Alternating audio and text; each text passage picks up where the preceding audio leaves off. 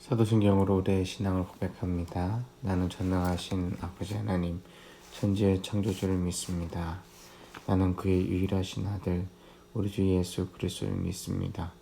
그는 성령으로 잉태되어 동정녀 마리아에게서 나시고 본디오 빌라도에게 고난을 받아 십자가에 못 박혀 죽으시고 장사된 지 사흘 만에 죽은 자 가운데서 다시 살아나셨으며 하늘에 오르시어 전능하신 아버지 하나님 우편에 앉아 계시다가 거기로부터 살아있는 자와 죽은 자를 심판하러 오십니다.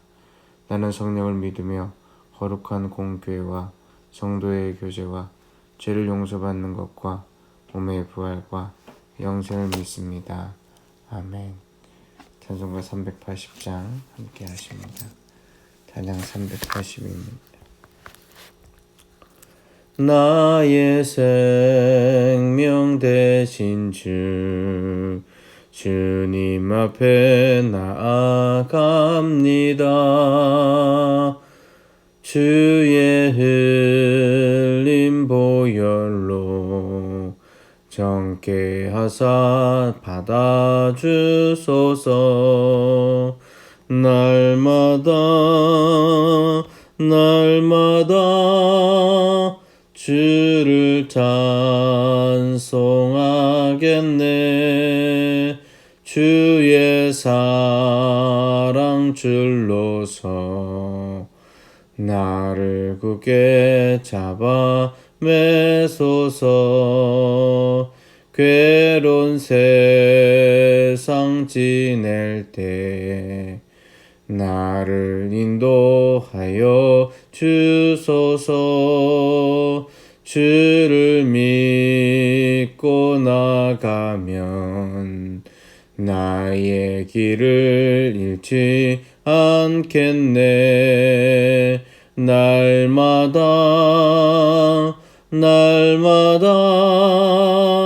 주를 찬송하겠네. 주의 사랑 줄로서 나를 굳게 잡아 매소서. 세상 살아갈 때에 주를 더욱 사랑합니다. 밝고 빛난 천국에 나의 영혼 들어가겠네. 날마다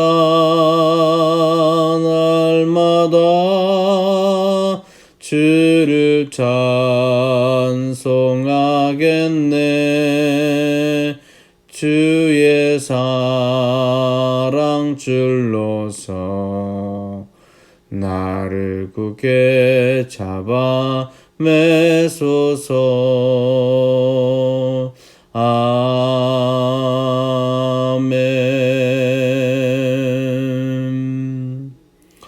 오늘은 5월 1일 성경통독은 드디어 41차가 되었습니다.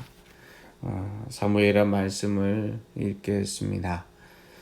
오늘 함께 읽은 말씀이 그렇게 많지가 않습니다. 먼저 주의 말씀으로 함께 통독하시고, 그리고 하루 가운데 또 이번 달 가운데 하나님이 하시는 은혜를 누렸으면 좋겠습니다. 오늘 같이 사무엘하 24장 말씀 묵상하시겠습니다. 사무엘하 24장입니다.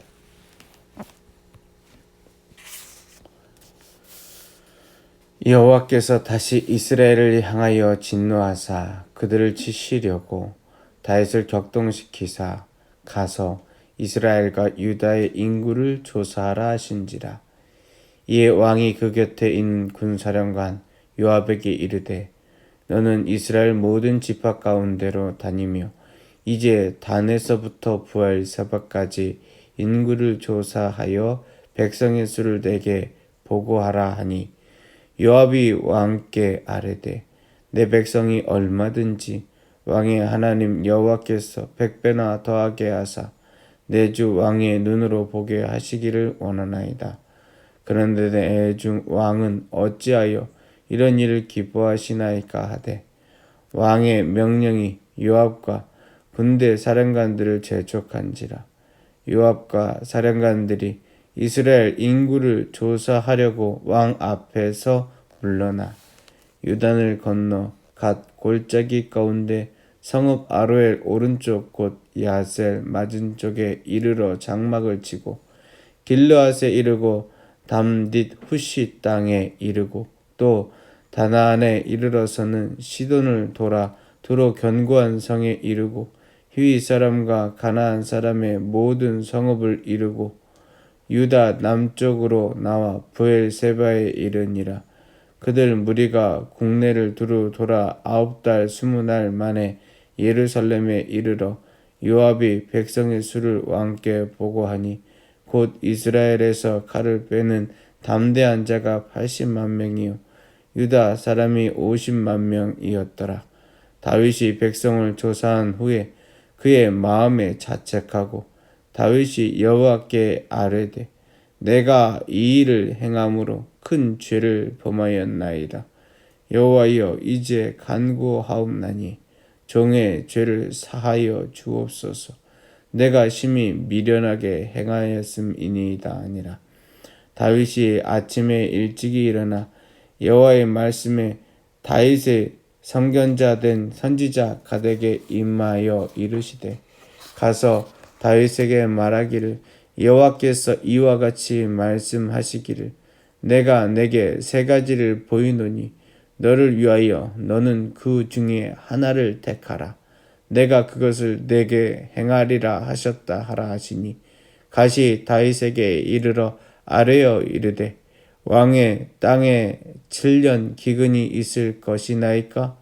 혹은 왕이 왕의 원수에게 쫓겨 3달 동안 그들 앞에서 도망하실 것이니까? 혹은 왕의 땅에 4월 동안 전염병이 있을 것이니까? 왕은 생각하여 보고 나를 보내신 이에게 무엇을 대답하게 하소서 하는지라. 다윗이 갓에게 이르되 내가 고통 중에 있도다. 청하건대 여호와께서 긍휼이 크시니 우리가 여호와의 손에 빠지고 내가 사람의 손에 빠지지 아니하기를 원하노라 하는지라. 이에 여호와께서 그 아침부터 정하신 때까지 전염병을 이스라엘에게 내리시니 단에서 브엘세바까지 백성의 죽은 자가 7만 명이라.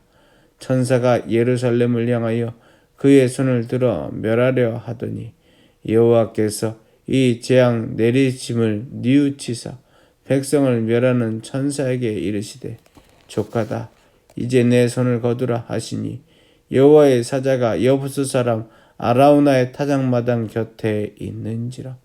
다윗이 백성을 치는 천사를 보고 곧 여호와께 아뢰어 이르되 나는 범죄하였고 악을 행하였거니와 이 양 무리는 무엇을 행하였나이까?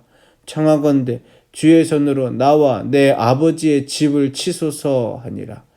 이날에 갓이 다윗에게 이르러 그에게 아뢰되 올라가서 여부스 사람 아라우나의 타작 마당에서 여호와를 위하여 제단을 쌓으소서 하며 다윗이 여호와께서 명령하신 바 갓의 말대로 올라가니라. 아라우나가 바라보다가 왕과 그의 부하들이 자기를 향하여 건너옴을 보고 나가서 왕 앞에서 얼굴을 땅에 대고 절하며 이르되 어찌하여 내 주 왕께서 종에게 임하시나이까 하니 다윗이 이르되 내게서 타작 마당을 사서 여호와께 제단을 쌓아 백성에게 내리는 재앙을 그치게 하려 함이라 하는지라. 아라우나가 다윗에게 아뢰되 원하건대 내 주 왕은 좋게 여기시는 대로 취하여 드리소서. 번제에 대하여는 소가 있고 뗄 나무에 대하여는 마당질하는 도구와 소의 멍에가 있나이다. 왕이여 아라우나가 이것을 다 왕께 드리나이다 하고 또 왕께 아뢰되 왕의 하나님 여호와께서 왕을 기쁘시게 받으시기를 원하나이다. 왕이 아라우나에게 이르되 그렇지 아니하다. 내가 값을 주고 내게서 살리라. 값 없이는 내 하나님 여호와께 번제를 드리지 아니하리라 하고 다윗이 은 50세겔로 타작 마당과 소를 사고 그곳에서 여호와를 위하여 제단을 쌓고 번제와 화목제를 드렸더니 이에 여호와께서 그 땅을 위하여 기도를 들으심에 이스라엘에게 내리는 재앙이 그쳤더라. 아멘.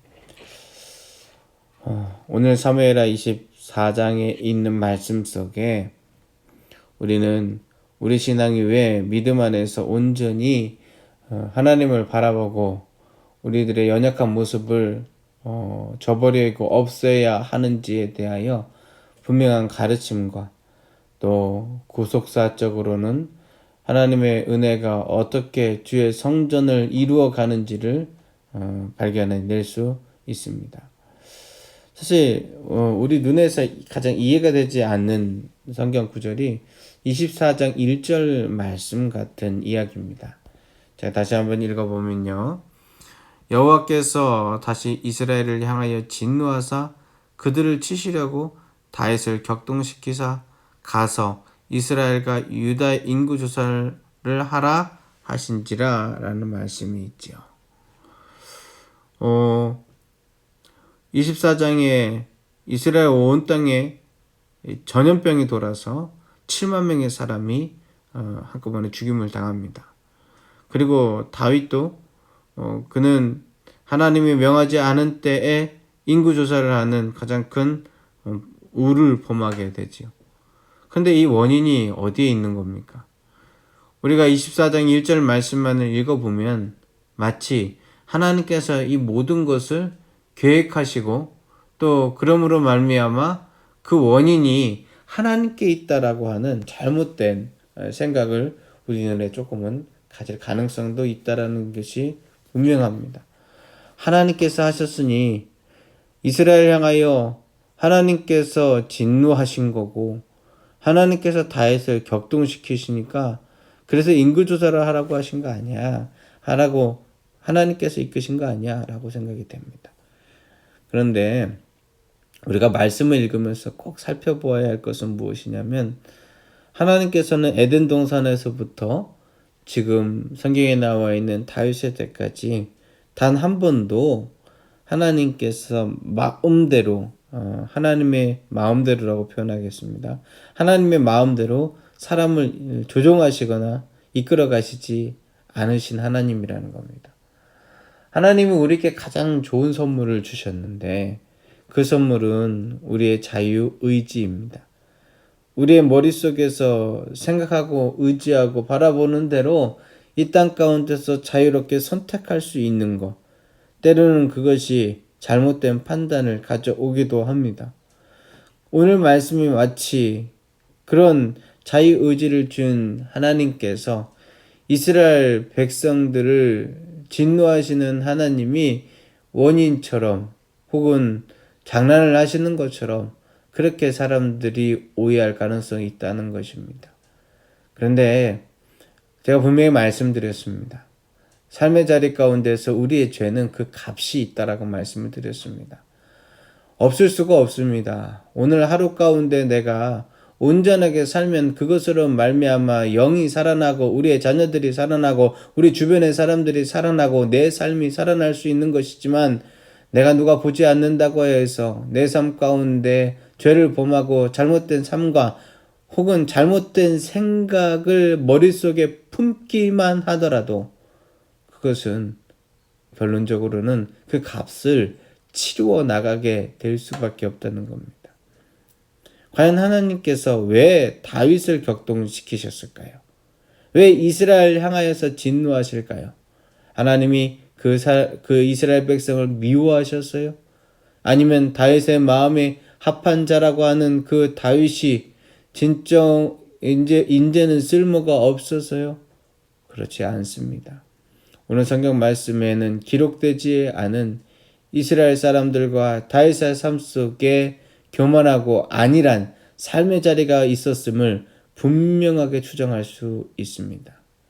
오늘 성경 말씀은 구원에 합당한 이야기들을 적어 놓은 책입니다.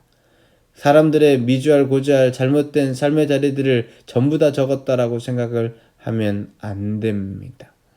마치 노아의 세 아들 셈과 함과 야벳이 아버지가 포도주를 마시고서 누워 있을 때 그 모습 가운데서 함이 저주를 받은 것이 그의 삶 속에 그 작은 일 하나, 아버지의 하체를 보고 제대로 서지 못하였던 그 하나를 가지고 그렇게 함을 저주하신 것은 아니야 라고 생각하는 우리의 우처럼 실질적으로 이 성경 속에서는 아니랄 때, 혹은 무엇인가 힘이 생긴다고 여길 때, 무언가 더 이상은 걱정이 없고 경제적으로 풍요하고 편하다라고 여기는 그때 하나님을 바라보지 아니하고 더 이상 하나님을 의지하지 아니하고 하나님의 뜻대로 서지 못하는 모습이 결론적으로는 우리의 삶의 자리 가운데에서 이렇게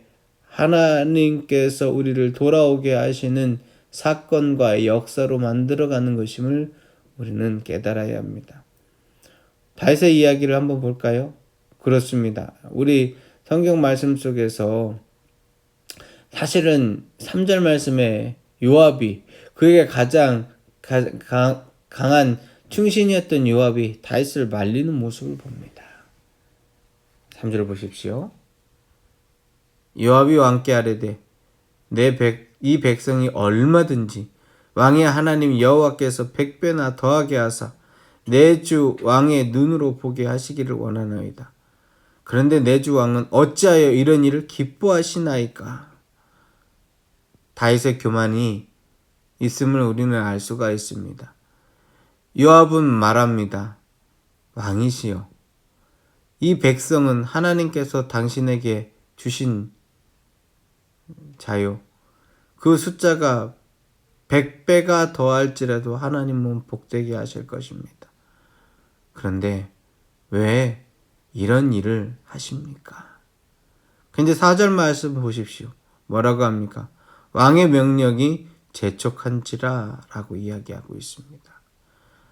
더 이상 그의 삶 속에서 그를 위하여 이야기하는 그 충언이 들리지 않을 정도로 다시 고면하고 하나님의 눈치를 보는 것이 아니라 하나님의 뜻을 구하는 것이 아니라 자기 마음대로 자기 뜻대로 하고 있음을 우리는 말씀 속에서 알 수 있습니다.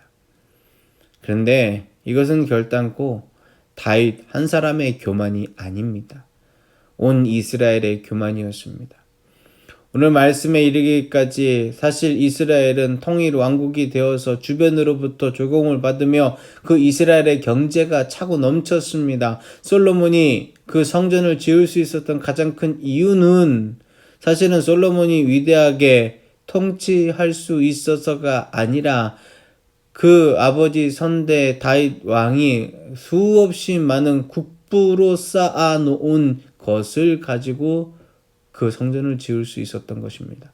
그만큼은 이것저것에서 들어갈 때 그 관문이 되는 그 이스라엘 땅을 지나가며 수많은 사람들이 세금을 바쳤고 그 가운데에서 그들은 풍요로운 삶을 살아갔습니다. 참 놀랍게도 풍요가 하나님으로부터 온 축복인데 그 가운데에서 사람들의 일반적인 반응은 하나님을 더 사랑하고 하나님을 의지하는 것이 아니라 내 물질을, 내게 주어져 있는 일을, 내가 주어져 있는 사람을 더 사랑하고 그 가운데 일을 하느냐 정작 하나님을 잊어버릴 때가 많다라는 사실입니다. 이러면 어떠한 일이 발생할까요? 오늘 성경 24장 9절 말씀에 곧 이스라엘 80만 명과 유다 사람 50만 명, 도합 130만 명의 사람들이, 사실은 이것은 세금을 걷는 사람들의 숫자이고 또 다른 한편으로는 군에 나가서 이스라엘을 지키는 군인의 숫자이고 다윗의 자랑이라고 여겨지는 이 숫자입니다. 다윗이 하나님의 마음에 합하다라는 의미는 그가 언제나 바르게 하나님의 뜻대로 행하고 있다라는 것이 아닙니다. 그보다는 두 가지의 하나님 앞에 설 수 있는 자세와 자격을 가졌습니다. 첫 번째는 오늘 10절 말씀에 있는 것처럼 그의 마음에 자책하며 하나님 앞에 회개하며 돌아올 수 있는 자라는 사실입니다. 바세바를 범하여 하나님께서 진노하시는 그때도 마찬가지고, 그리고 압살롬이 그를 쫓아서 그가 쫓겨나서 더 이상 이스라엘 왕이 아닌 것을 바라보는 그때도 마찬가지고, 그리고 사울 왕에게 쫓기며 그의 삶 가운데 험난한 세월을 보낼 때도 마찬가지고, 특별히 오늘 말씀처럼 그는 교만하여 그 스스로 하나님이 원하시지 않는 일을 하였지만 그에게 그 자리 가운데에서 10절 말씀처럼 사하여 주시옵소서, 내가 심히 미련하게 행하였습니다 라고 말하는 이 모습 속에 하나님께 다시금 돌아와 회개하는 이 심령과 마음은 하나님께서 그 마음에 합한 자로서 삼으실 수 있는 가장 온전한 모습입니다. 인간이 이 땅을 살아가면서 어떻게 하나님 앞에 의인으로 살아갈 수가 있겠습니까? 안 됩니다. 그러나 하나님께 돌이키며 무릎을 꿇고 주여 나를 용서하여 주시옵소서라고 기도할 수가 있습니다.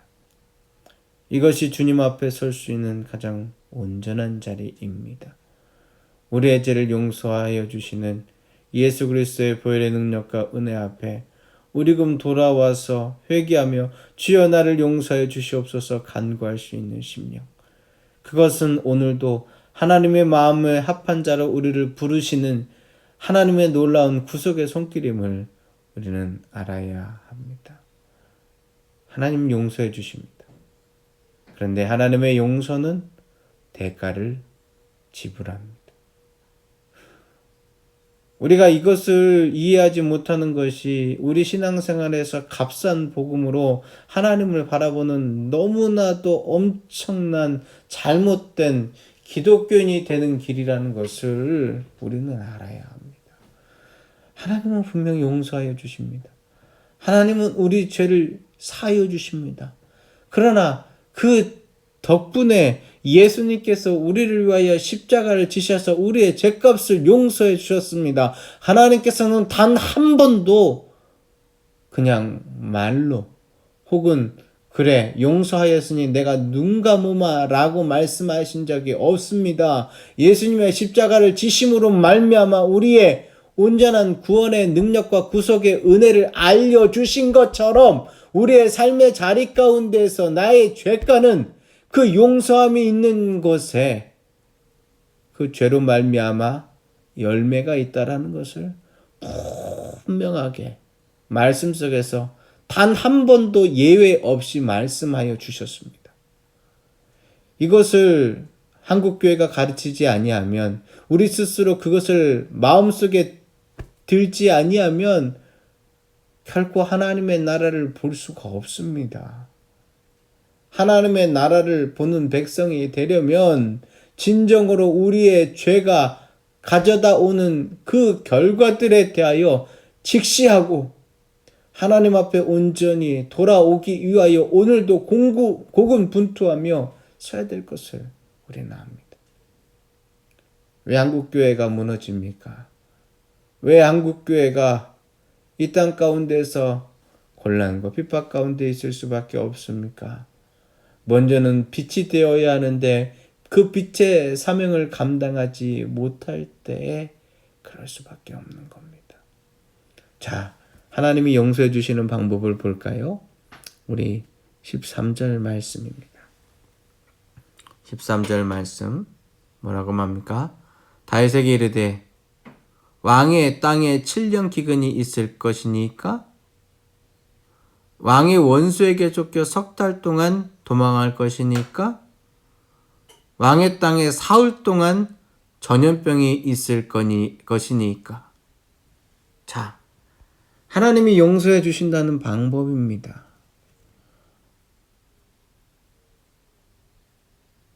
하나님이 용서해 주신다는 방법은 그 대가가 길고 온전합니다. 그래서 우리의 삶의 자리 가운데 죄를 범하지 말아야 하는 이유에 대하여 분명히 그 죄는 열매를 가져오기 때문에 그렇습니다.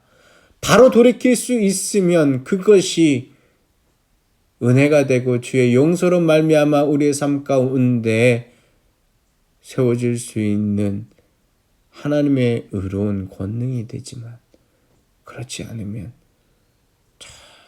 철저하게 하나님께서 멸망시키신 아말렉 족속처럼 가나안 땅에 그 죄가 관영하여 그곳에 불황자 같은 히브리 사람 그 야곱의 12아들의 지파를 세우셨던 것처럼 소돔과 고모라를 멸망시키셨던 것처럼 노아의 홍수로 말미암아 사람의 딸들의 일들을 전부 다 멸망시키셨던 것처럼 하나님께서는 용서하심의 자리 가운데 그 죄값이 치루어짐을 분명하게 알려주고 계십니다. 14절 다윗의 기도를 보십시오. 내가 고통 중에 있도다 청합니다. 여호와께서는 긍휼이 크시니 우리가 여호와의 손에 빠지고 내가 사람의 손에 빠지지 아니하기를 원하노라 하는지라. 무슨 말입니까? 그의 삶이 사람의 손에 빠져서 그의 손을 의지하며 그가 갖고 있는 힘이 있는 것을 생각하였지만 이제는 돌이키며 하나님의 손이 원하시는 대로 이끄소서라고 이야기를 하고 있습니다. 그래서 그때 내린 것이 아침부터 정하신 때까지 전염병을 이스라엘에게 내리시니 단에서 브엘세바까지 백성을 죽은 자가 7만 명, 130만 명의 7만 명을 죽여가고 있습니다. 그런데요, 여기에서 하나님께 돌아온 사람의 기도가 하나님이 하실 수 있는 위대한 그 돌이킴이 세워졌을 때 하나님께서 무엇을 다윗에게 보여주시는지를 보아야 합니다. 자, 보십시오. 16절 말씀에 여호와의 사자가 여부스 사람 아라우나의 타작 마당 곁에 있으며 죽음을 가져오는 그때에 다윗이 17절에 그 백성을 치는 천사를 보고 회개하며 돌이킵니다. 나는 범죄하였습니다. 악을 행하였습니다. 그러니 청하건대 주의 손으로 나와 내 아버지의 집을 치소서. 주의 손으로 나와 내 아버지의 집을 치소서. 이 말은 마치 그의 조상이 되었던 유다가 요셉 앞에서 형제들 가운데 나를 죽이소서 내가 요셉의 핏값을 대신하겠습니다라고 얘기했던 것과 동일한 하나님 앞에 나가는 회개하는 자가 나아가는 자세와 모습에 대하여 우리에게 보여주고 있습니다.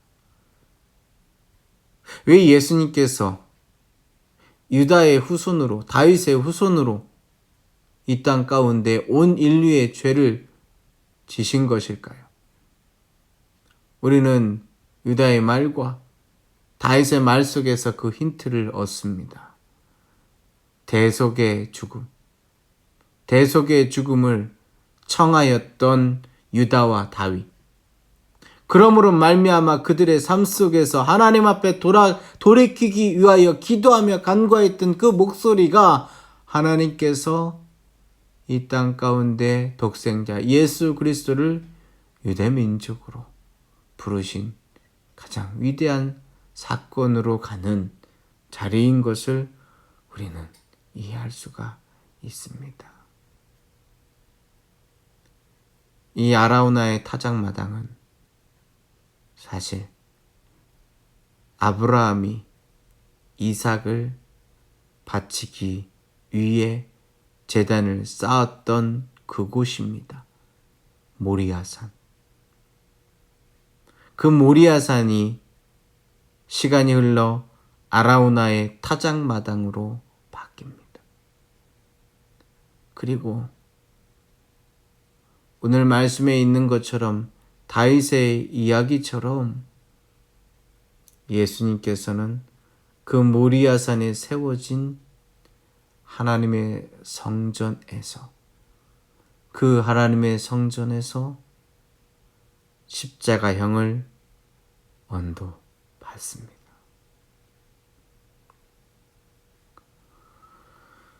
이것이 우리의 삶의 죄를 해결하는 방법입니다. 세상이 죄를 해결하는 것이 아니라 하나님께서 우리의 죄를 해결하실 때 그 값을 주고 24장 하반절 말씀에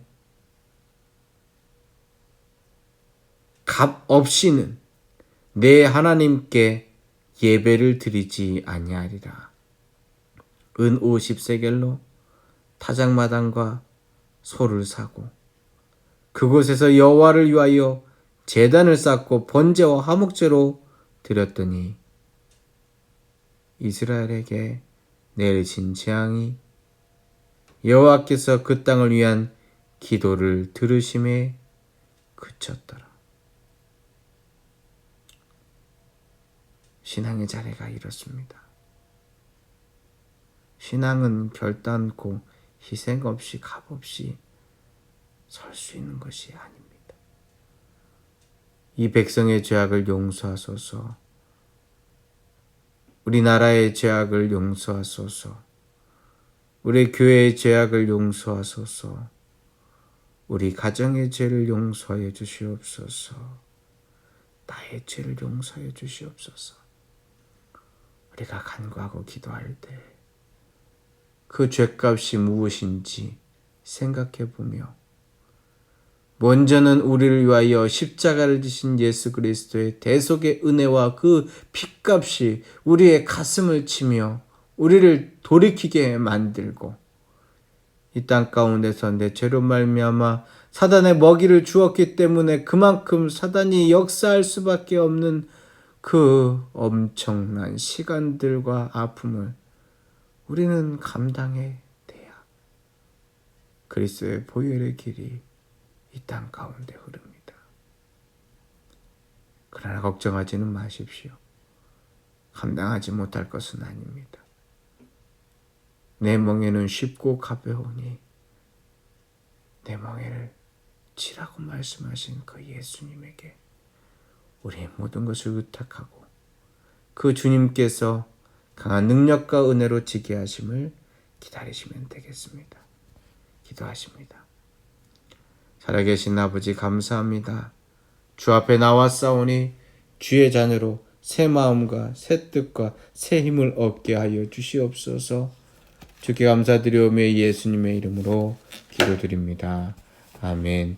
하늘에 계신 우리 아버지, 아버지의 이름을 거룩하게 하시며 아버지의 나라가 오게 하시며 아버지의 뜻이 하늘에서와 같이 땅에서도 이루어지게 하소서. 오늘 우리에게 일용할 양식을 주시고 우리가 우리에게 잘못한 사람을 용서해 준 것 같이 우리 죄를 용서해 주시고 우리를 시험에 빠지지 않게 하시고 악에서 구하소서. 나라와 권세와 영광이 영원히 아버지의 것입니다. 아멘. 감사합니다.